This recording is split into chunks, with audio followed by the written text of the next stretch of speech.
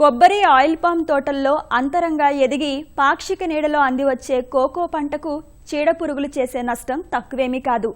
తెగుళ్లతో పోలిస్తే చీడల వల్ల హాని తక్కువగానే ఉన్నా నిమ్మకుంటే మాత్రం అవి చెలరేగిపోతాయి. ముఖ్యంగా కోకోకు పిండి నల్లి, ఆకు తినే పురుగులు, బెరడు తొలుచు పురుగుల నష్టం ఎక్కువగా ఉంటుంది. లేత మొక్కలుగా ఉన్నప్పుడు ఆకు తినే పురుగులు, ఎదిగిన మొక్కల్లో పిండి నల్లి, బెరడు, కాండం తొలుచు పురుగులు ఆశిస్తాయి. కోకోకు ఇవి చేసే నష్టం నివారణకు చేపట్టాల్సిన సమగ్ర చర్యల గురించి తెలుసుకుందాం.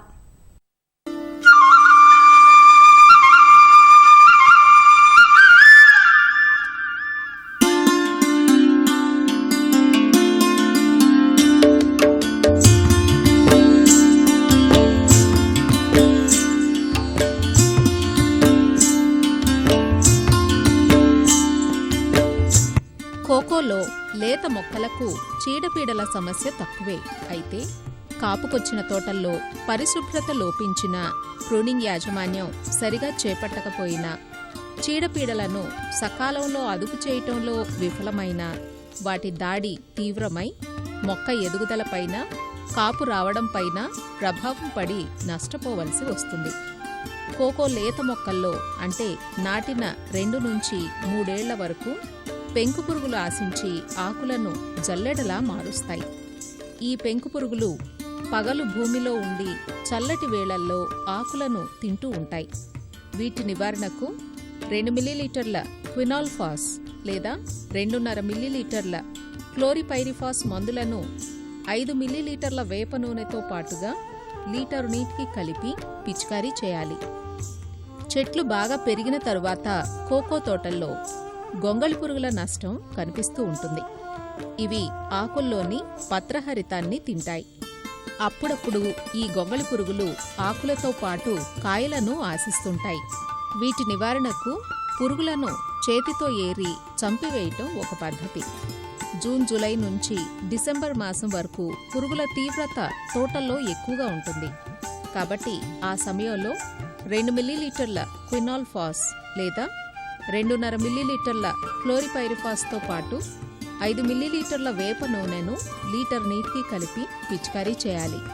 కోకోను రసం పీల్చే పురుగులు కూడా ఆశించి నష్టపరుస్తుంటాయి. ఇందులో ప్రధానమైనవి తామర పురుగులు.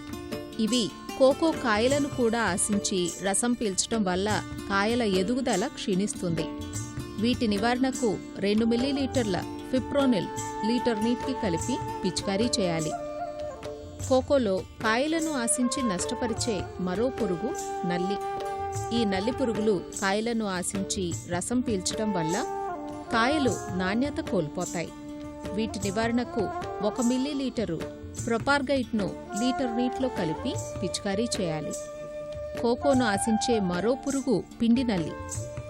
లేత పిందెల నుంచి పూర్తిగా పరిపక్వమైన కాయల వరకు ఈ పురుగు ఆశిస్తుంది. దీంతో కాయ ఎదుగుదల క్షీణించి కాయల్లోని గింజల పరిమాణం తగ్గి నాణ్యత కోల్పోతుంది. పిండినల్లి పురుగుల మీద తెల్లని పొర ఏర్పడిన తరువాత పురుగుపై ఎలాంటి మందులు పనిచేయవు. కాబట్టి పురుగు 1-2 దశల్లో ఉన్నప్పుడే నివారణ చర్యలు చేపట్టాలి. నివారణ గురించి పశ్చిమ గోదావరి జిల్లా పెదవేగిలోని ఆయిల్ పామ్ పరిశోధనా సంస్థ శాస్త్రవేత్త డాక్టర్ కాళిదాసు మాట్లాడుతూ, కోకో కాయ యొక్క కాడ మీద కోకో పాడ్లో ఉండే రింకిల్స్ ఉంటాయి. ఆ రింకిల్స్లో ఈ మీలీబగ్ ఉండి రసం పీల్చుతూ ఉంటాయి. మీలీబగ్స్తో పాటుగా మనం చూసేది ఏంటంటే రెడ్ ట్రీ యాంట్ అంటే చీమ, ఎర్ర చీమలు అంటాం. ఎర్ర చీమలు కూడా పెద్ద చీమలు. ఈ 2 కూడా ఎప్పుడు కలిసే ఉంటాయి. ఈ పిండి పురుగులు వాటంతటికవి వెళ్ళలేవు. దానికి ఎవరో ఒకరు సహకారం కావాలి. ఆ సహకారం ఈ యాంట్స్ చేస్తూ ఉంటాయి. ఈ పిండి పురుగులు ఏం చేస్తాయంటే వాటికి కావాల్సిన దానికంటే కూడా ఎక్కువ రసం పీల్చేస్తూ ఉంటాయి. ఈ పీల్చిన రసం ఏమవుతుందంటే హానీడ్యూ లాగా బయటకు వస్తుంది. ఈ హానీడ్యూ మీద ఈ చీమలు ఆధారపడి ఉంటాయి. కాబట్టి ఈ రెండింటికి సింబయాసిస్ జరుగుతూ ఉంటుంది. ఈ పెస్ట్ని మేనేజ్ ఎట్లా చేసుకోవాలి అంటే ఐపీఎం ప్రాక్టీసెస్ చేస్తే మన రైతుకి సస్టైనబిలిటీ వస్తుంది. ఈ ఐపీఎం ప్రాక్టీసెస్లో రకరకాల పద్ధతులు ఉన్నాయి. ఒకటి ఏంటి అంటే పిండి పురుగులను చంపే పురుగులు, వాటిని బదనికలు అంటాం. వాటిని పెంచి పోషించడం, లేకపోతే ఎక్కడైనా కొనుక్కొని వచ్చి రిలీజ్ చేయటం. రెండో పద్ధతి ఏంటంటే వాటిని మన తోటలోనే ఉండేట్టుగా చూడటం. మన తోటలో ఉండేట్టు చూడాలంటే ఆ పురుగులకు కావాల్సినటువంటి ఎకో సిస్టమ్ మనం తయారు చేయాలి. దీన్ని బఠానీ తీగ అంటాం. ఈ బఠానీ తీగ పింక్ కలర్ పూలను ఇస్తూ ఉంటుంది. ఈ పింక్ కలర్ పూలలో ఉండే నెక్టార్ కోసం ఈ బదనికలన్నీ వచ్చేస్తూ ఉంటాయి. ఈ బదనికలు వచ్చేసేసి అక్కడే ఉండిపోతూ ఉంటాయి. ఇది ఒక కల్చరల్ ప్రాక్టీస్. ఈ రెండో ప్రాక్టీస్ ఏంటంటే ఈ కొంచెం హైజీనిక్ కండిషన్స్ మెయింటైన్ చేసుకుంటూ ఉండాలి. మీలీబగ్ కంట్రోల్ కోసం లికానిసిలియం లికాని అని ఒక శిలీంధ్రం ఉంది. ఇది గనక స్ప్రే చేస్తే మీలీబగ్స్ బాగా కంట్రోల్ అయిపోతున్నాయి. పిండినల్లి పురుగులు తొలి దశలో ఉన్నప్పుడు 2 మిల్లీలీటర్ల ప్రొఫెనోఫాస్ లీటర్ నీటికి కలిపి పిచికారీ చేయాలి. పిండినల్లి వివిధ దశలు మొక్కల మొదళ్ల దగ్గర భూమి లోపల ఉంటాయి కాబట్టి వేసవి కాలంలో భూమిని కదిలించి గుల్లబరచాలి. మీలీబగ్ తర్వాత మనకి డైరెక్ట్ డ్యామేజ్ చేసేది ఇది అంటే stem borer, BARC eating caterpillar అంటాం. ఈ బార్క్ ఈటింగ్ క్యాటర్పిల్లర్స్ ఏం చేస్తాయంటే 2 కొమ్మల మధ్యలో ఒక హోల్ చేసుకుని ఉండిపోతాయి. ఈ హోల్ చేసుకుని ఉండిపోయి బయటికి సాయంత్రం పూట వస్తూ ఉంటాయి. ఈ బార్క్ని ఎప్పుడైతే తింటుందో ఆ పై పోర్షన్ అంతా ఎండిపోతుంది. ఇది మీకు డైరెక్ట్గా డ్యామేజ్ చేస్తూ ఉంటుంది.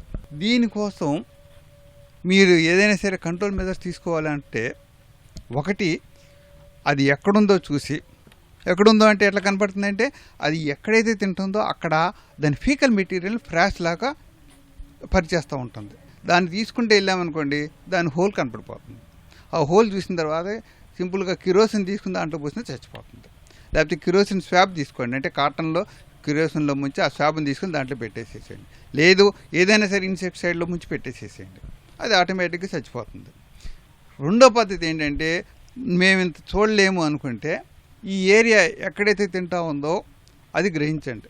అది చూసిన తర్వాత ఎస్ ఇదిగో ఫ్రెష్ ఈటింగ్ ప్లేస్ ఇది అనుకున్న తర్వాత మీరు దాని మీద స్ప్రే చేయండి. సాయంత్రం వేళల్లో కంపల్సరీగా మీరు కనుక స్ప్రే చేస్తే ఆటోమేటిక్గా ఆ స్ప్రేడ్ ఏరియాని తినేస్తుంది, చచ్చిపోతుంది.